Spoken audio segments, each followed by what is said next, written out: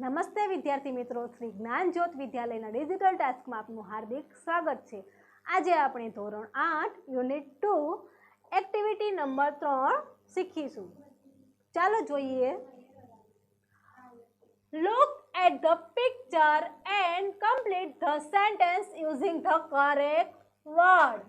તો અહીં આપેલા પિક્ચરને જોવો અને અહીં આપેલા સેન્ટેન્સને ફિલ કરો।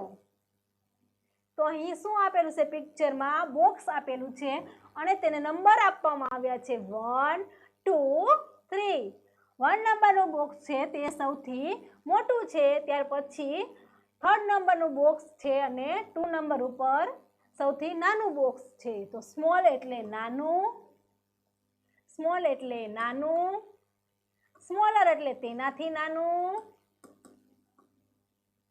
નાનું, સ્મોલેસ્ટ એટલે સૌથી નાનું। તમે ચિત્રમાં જોઈ શકો છો સૌથી મોટું નાનું બોક્સ 1 છે, તેનાથી નાનું 3 નંબરનું છે અને તેનાથી સૌથી નાનું 2 નંબરનું બોક્સ છે। તો ચાલો આપણે અહીં બ્લેન્ક્સને ફિલ કરીએ। તો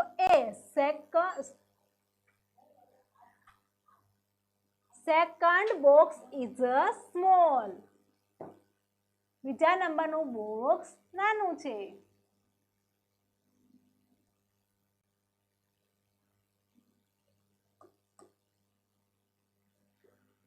થર્ડ બોક્સ ઇઝ સ્મોલ, ખાલી જગ્યા ધેન ફર્સ્ટ બોક્સ। ત્રીજું બોક્સ છે તે ખાલી જગ્યા પહેલા બોક્સ કરતા છે, તો શું આવે? સ્મોલર। ત્રીજું બોક્સ છે તે પહેલા બોક્સ કરતા નાનું છે। સી સેકન્ડ બોક્સ ઇઝ ખાલી જગ્યા ઓફ ઓલ ધ બોક્સ। તો અહીં શું આવશે? બીજા નંબરનું જે બોક્સ છે તે બધા બોક્સ કરતા શું છે? સૌથી નાનું છે। તો અહીં શું આવશે?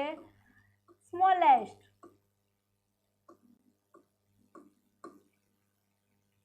Small, smaller, smallest. Second one is thick, thicker, thickest। thick એટલે જાડું, thicker એટલે તેનાથી જાડું અને thickest એટલે સૌથી જાડું। તો A the apple tree does not have ખાલી જગ્યા trunk। તો અહીં આ એપલ ટ્રી છે ફર્સ્ટ નંબરનું, આ મેંગો ટ્રી છે અને આ બનિયન ટ્રી છે। તો પિક્ચરમાં તમે જોઈ શકો છો the apple tree does not have trunk એટલે ડાળીઓ। જે સફરજનનું ઝાડ છે તેને thick, અહીં શું આવશે? thick, જાડી ડાળીઓ નથી। B the trunk of the mango tree is ખાલી જગ્યા then the apple tree। the trunk એટલે ડાળખીઓ મેંગો ટ્રીની કેરીના ઝાડની ખાલી જગ્યા એપલ ટ્રી કરતા છે, તો શું આવે અહીં? thicker।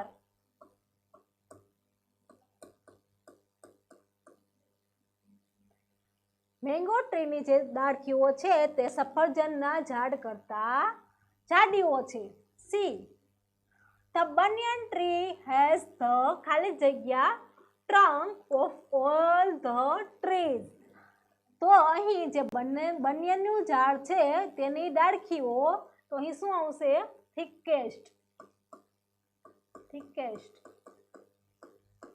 બનિયન ટ્રીની ડાળખીઓ બીજા બધા ઝાડ કરતા સૌથી વધારે જાડીઓ છે।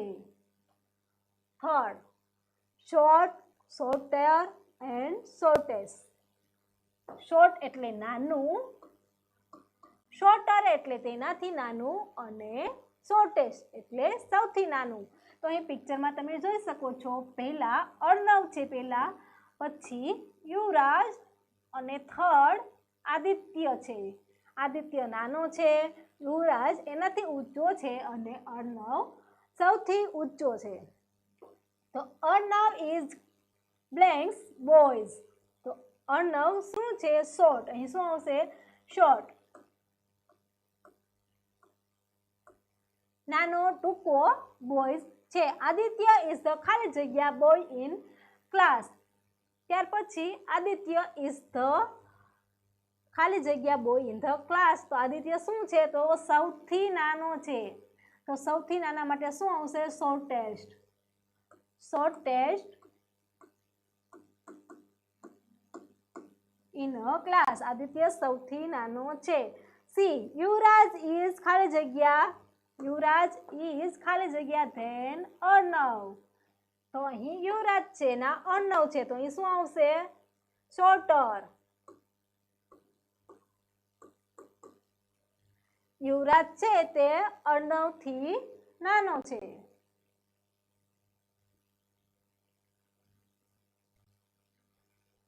હવે આપણે એક્ટિવિટી નંબર 4 જોઈશું. Your teacher will read the following story for you. Listen to your teacher and then read the story silently. તમારા ટીચર સ્ટોરી કહીને સંભળાવશે. તમારે ધ્યાનથી સાંભળવાની છે અને તે સ્ટોરીને શાંતિથી વાંચવાની છે. Song of song. સોંગ એટલે ગીત. ગીત ઓફ સોંગ્સ એટલે ગીતોનું ગીત. તો આપણે અંદર જોઈશું કે આને આવું ટાઇટલ કેમ આપવામાં આવ્યું છે? સોંગ ઓફ સોંગ્સ, ગીતોનું ગીત. ચાલો જોઈએ. The great ruler of India Akbar had 9 gems in his court. The great. Great એટલે મહાન. રૂલર એટલે શાસક. ઓફ ઇન્ડિયા એટલે ભારતમાં. Akbar had 9 gems in his court. Gems એટલે રત્નો. 9 એટલે 9. ઇન હિઝ કોર્ટ તેના રાજ્ય. એક સમયે ભારતમાં અકબર નામનો એક મહાન શાસક હતો. તેના રાજ્યમાં 9 રત્નો હતા. The 9 games were the greatest in their own field. તે 9 રત્નો, the 9 games Ratna were the greatest મહાન in their field. તે જે મહાન રત્નો હતા તે પોતપોતાની કળાઓમાં ખૂબ જ મહાન અનુભવીઓ હતા. One of them was Tansen, a great musician. તેમાંનો એક તાનસેન નામનો રત્ન હતો. તે મહાન મ્યુઝિશિયન, મોટો સંગીતકાર હતો.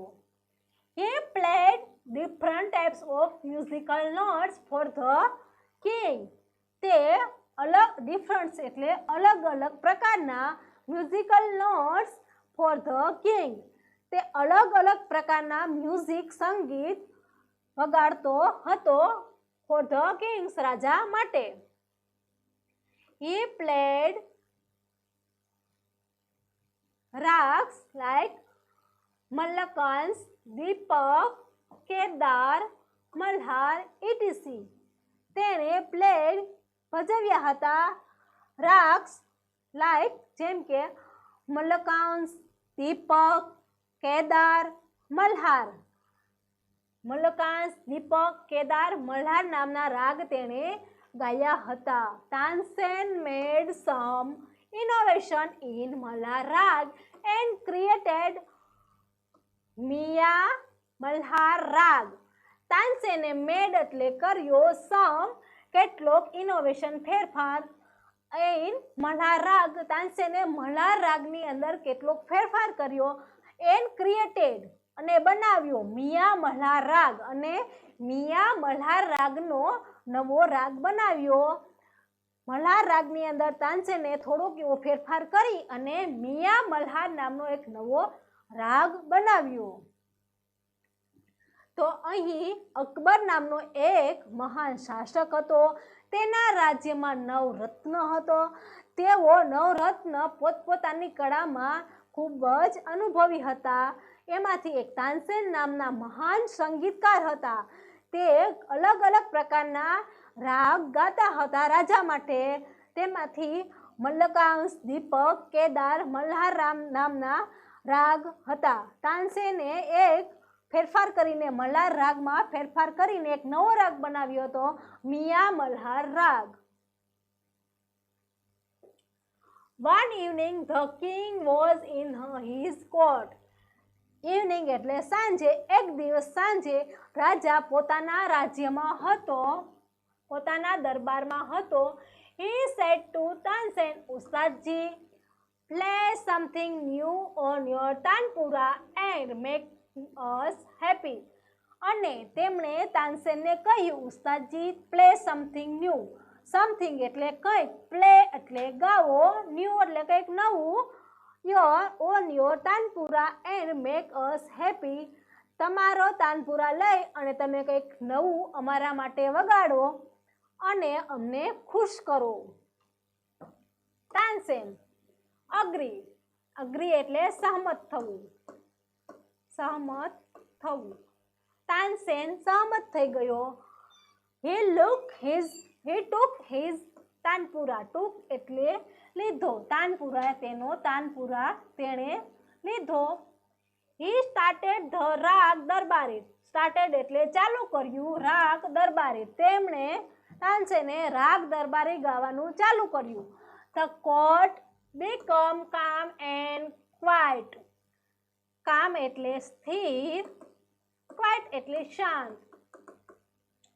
આખો દરબાર સ્થિર અને શાંત થઈ ગયો.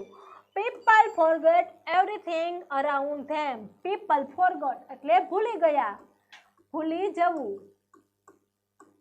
Everything around them. Everything એટલે બધું જ. તે અરાઉન્ડ એટલે આજુબાજુમાં, તેની આજુબાજુમાં જે હતું તે લોકો બધું જ ભૂલી ગયા. After some time the king looked up. થોડાક ટાઈમ પછી રાજાએ જોયું. His eyes bright with praise. Wonderful, he said.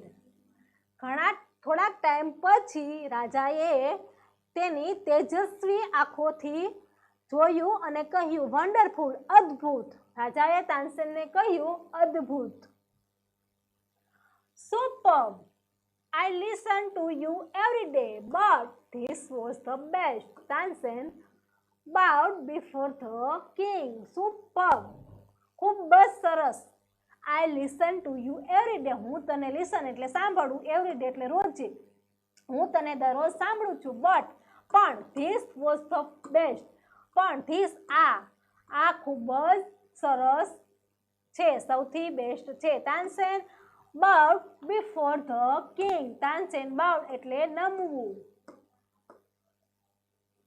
Tansen કિંગની સામે માથું ઝુકાવીને નમ્યો. I think you have the most wonderful voice in the world, said the king. I think હું વિચારું છું કે most wonderful સૌથી અદ્ભુત વોઇસ અવાજ ઇન ધ વર્લ્ડ. આખી દુનિયામાં તમારો અવાજ સૌથી અદ્ભુત છે, એવું રાજાએ તાનસેનને કહ્યું. Well, my lord, there is someone who sings better than I, said Tansen with a smile. Well, તેમણે કહ્યું, my lord, મારા ભગવાન, there is someone who sings better than I. કોઈક એવું છે જે મારાથી સિંગ એટલે ગાય છે, બેટર ધેન આઈ એટલે મારાથી પણ વધારે સરસ ગાય છે. તાનસેને સ્મિત કરતા કહ્યું કે કોઈક એવું છે જે મારાથી પણ વધારે સરસ ગાય છે. Really? cried the disbelieving king. કિંગે કહ્યું, કિંગ ખૂબ જ ઊંચેથી બોલ્યો કે રિયલી, ખરેખર મને વિશ્વાસ આવતો નથી. ડિસબિલીવિંગ એટલે વિશ્વાસ આવતો નથી. Then I must have him sing in my court. Then I must have એટલે him sing in, હું તેને મારા દરબારમાં બોલાવવા માંગુ છું. Can you arrange it? asked the king. શું તમે તેને અહીં લાવવાની વ્યવસ્થા કરી શકો છો? કિંગે રાજાએ એવું કહ્યું, હું તેને મારા દરબારમાં ગાવા માટે બોલાવવા માંગુ છું, તમે તેની વ્યવસ્થા કરી શકો છો, એવું રાજાએ તાનસેનને કહ્યું. Tansen shook his head. I am afraid he will not come the court. તાનસેને તેનું માથું ઝુકાવીને કહ્યું, હું ગભરાઉં છું. અફ્રેડ એટલે ગભરાવવું. He will not come to the court. તે દરબારમાં હાજર થશે નહીં. What? શું? Even if he hear that the king himself request him. Even if he hear. તે સાંભળશે કે કિંગ હિમસેલ્ફ એટલે રાજાએ પોતાની જાતે રિક્વેસ્ટ હિમ. રાજાએ શું? તે સાંભળશે કે રાજાએ પોતે જ તેને રિક્વેસ્ટ મોકલી છે તો પણ તે નહીં આવે. No not even then. તો પણ તે શું નહીં આવે? Akbar was very eager to meet him. Eager એટલે ઉત્સાહિત થવું. ઉત્સાહિત થવું. અકબર ખૂબ જ ઉત્સાહિત થયો. મીટ એટલે મળવું. તેને મળવા માટે અકબર ખૂબ જ ઉત્સાહિત થયો. વેરી વેલ, ઉત્સાહજી, said the king with a smile. He looked into Tansen's eyes. Very well, ખૂબ જ સરસ. ઉસ્તાદજી, સે કિંગે કહ્યું. With a smile he look into Tansen આંખ. તેને તાનસેનની આંખમાં જોઈને સ્માઇલ કરતા કહ્યું અને તાનસેનની આંખમાં જોયું. If he does not come here. Does not come એટલે તે અહીં નહીં આવી શકે. I shall go to him myself. I shall go to, હું મારી જાતને, માય સેલ્ફ એટલે મારી જાતને, ગો ટુ ત્યાં લઈ જઈશ, હું ત્યાં જઈશ. Will you take me to him? Ask the king. શું તમે મને ત્યાં લઈ જશો? Ask king. રાજાએ કહ્યું, શું તમે તે અહીં નહીં આવી શકે તો તમે શું મને ત્યાં લઈ જશો તેની પાસે? અહીં આપણે આ ટાસ્કને પૂર્ણ કરીશું અને નવા ટાસ્ક સાથે ફરી મળીશું. આભાર.